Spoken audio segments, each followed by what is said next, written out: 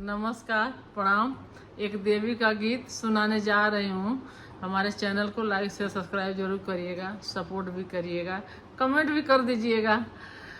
केथुआ का कही केथुआ लागल सलिया हो, केथुआ बैठीन मैया संवार लंबी के सिया हो, केथुआ बैठीन सोनवा का कही रूपे के लागल सलिया हो, चौरवा बैठीन मैया संवार लंबी के सिया हो, चौरवा बैठीन टूटी गईली का कही छटकी गईली सलिया हो, रुसली मैया ने जानी सोनरा दुकनिया हो, रुसल मैया ने सुतल बाड़ा की जागल ये सोनरवा हो, कि साली देतन हमरे का कही कसलिया हो, कि साली देतन इतनी समैया मैया कहाँ गाँवलू हो, कि होत भोरवन सलब का कही कसलिया हो, कि होत भोरवन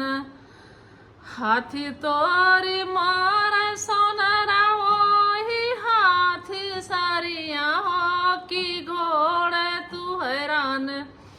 हे लवंगिया की डरिया हो, कि घोड़े तू हैरान पुत तोर मोर सोनरा भरल का चहरिया हो, पतोहिया तू हरिन मर राम से रसोइया हो, पतोहिया तू हरिन इतनी बचानी सोनरा सुन हो न पवल हो, कि साली दिहन माई के कही कसलिया हो, कि साली दिहन हाथी तोरी बड़ सोनरा वही हाथी सरिया हो, कि घोड़े तू हैरान हे लवंगिया की डरिया हो, कि घोड़े तू हैरान पुत तुहर बड़ सोनरा भरल का चहरिया हो, पतोहिया तू हरिन बढ़ राम से रसोइया हो, पतोहिया तू हरिन बढ़ राम से रसोइया हो, पतोहिया तू हरिन। नमस्कार, प्रणाम। कमेंट करके जरूर बताइए।